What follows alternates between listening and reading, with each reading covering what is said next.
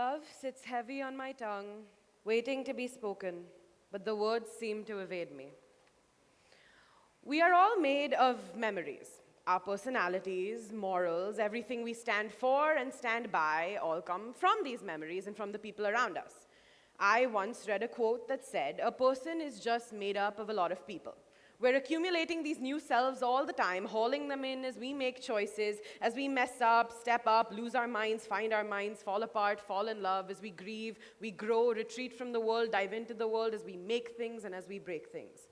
And it's startling how accurate I found it to be. I change with the weather, the people I surround myself with, the way I feel, the way they feel that day, and some of these changes last a long time. We are all, to some degree, products of our surroundings and socialization.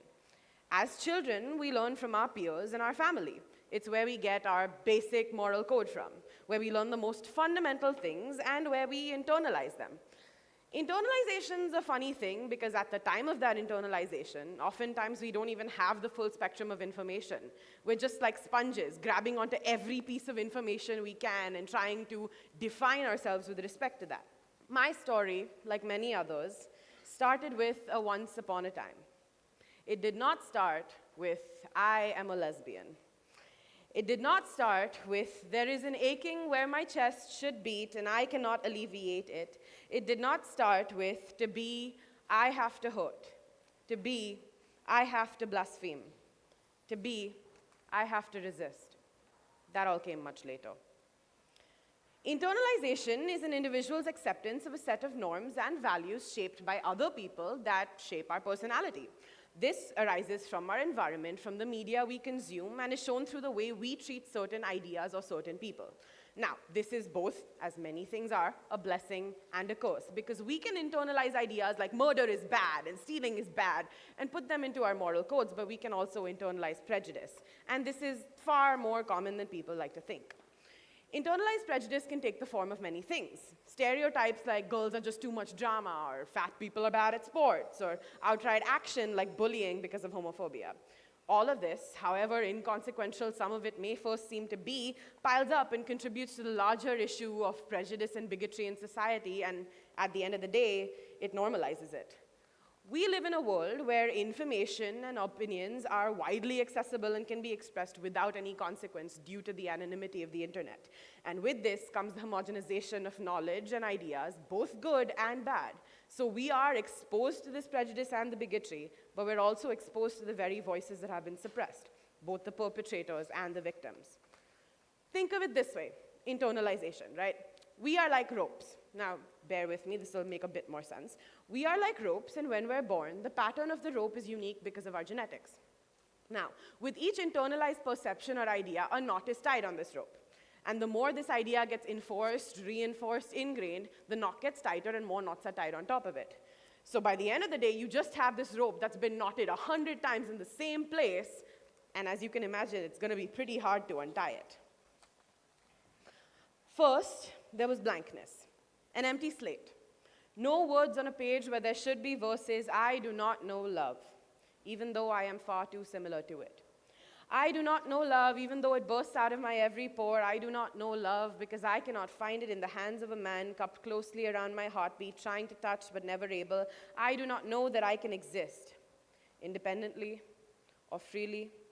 I do not know that I can love a girl in the way that I so desperately want to, so I am blank."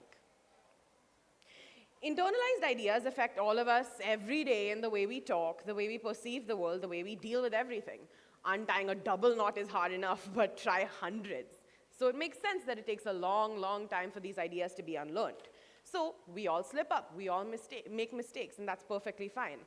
As long as we're never actively hurting anyone and constantly making amends, it's all part of the process. Just being aware of these internalized ideas is a great first step. Then comes definition.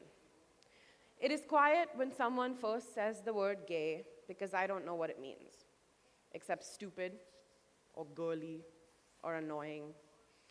But it's like a brick to the head when I understand. So I understand and I grow and I try to find more words, bisexual, pansexual, transgender, asexual, LGBT, lesbian, so I learn them all.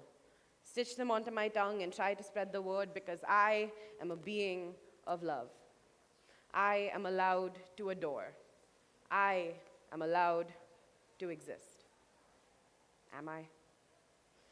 Now, with this comes a lot of complications, especially if you're part of a group that these ideas are weaponized against. I happen to be gay, if you didn't catch that, and I figured out that little bit when I was 13, but it took me over 4 years to come to terms with the fact that I'm a lesbian. A lot of this is chalked up to this big behemoth of a thing called compulsory heterosexuality. Now, compulsory heterosexuality, or comphet, is essentially a product of internalized misogyny and internalized homophobia, and it manifests itself in ways which is basically lesbians convincing themselves and forcing themselves to think that they're attracted to men. I tell myself that I am allowed to exist, but it seems more likely that I am not, because my words from them are shaped into weapons, and this is when I realize that my love does not belong to me. My love belongs to men. So I try as much as I can for as long as I can to include them in my narrative, to run on my sentences and splice my commas to account for the bias that owns me. Women and woman-aligned folks grow up constantly being told to appease men, to appreciate male attention, to seek male approval, and if you happen to be a lesbian, well, that just throws a giant wrench in the case. Because that just means you're purposely removing men from a narrative that has been consistently throughout your life been catered to them. So, I spent years convincing myself that I was attracted to men because how could I not be? What would I be if I wasn't?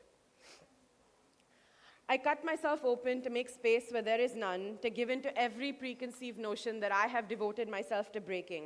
So I am defined within thick lines of, I like men, don't I? Shouldn't I? It isn't easy for us to come to terms with this, and it leads to this huge, almost culture shock when you have to face all of this internalized misogyny early on. So this isn't to say it's a good or a bad thing, but facing the harsh realities of how women are treated in society when you're a tween isn't exactly ideal, but it does force us to start untying those knots really early on. However, there are also countless people who aren't forced into that. They are forced into repression instead, which is a whole different ballgame. So, even if you look at the media, there's this thing where you see a character who's been widely headcanoned as gay, right? The next thing you'll see is the canon immediately reasserting their heterosexuality in the most obvious way possible. It's very clear to see the effects of compulsory heterosexuality in the media. When real characters are headcanoned as part of an LGBT plus ship, a lot of times the franchise and the people in charge just do everything under the sun to make the ship go Titanic.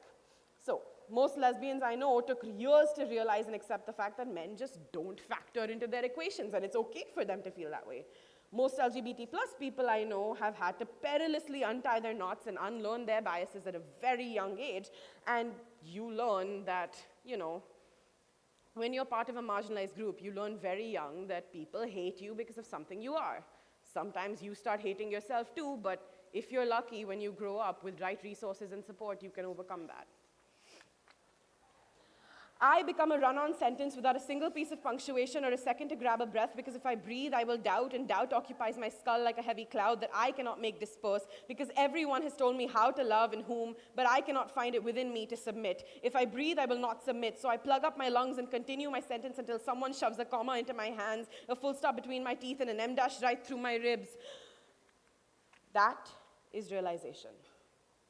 It is slow and creeps up behind me, but I can't see it until I turn around. But when I do, it's like doors opening into the sunlight, bright and alive, but burning. I understand that my love belongs only to me and to those I choose to give it to.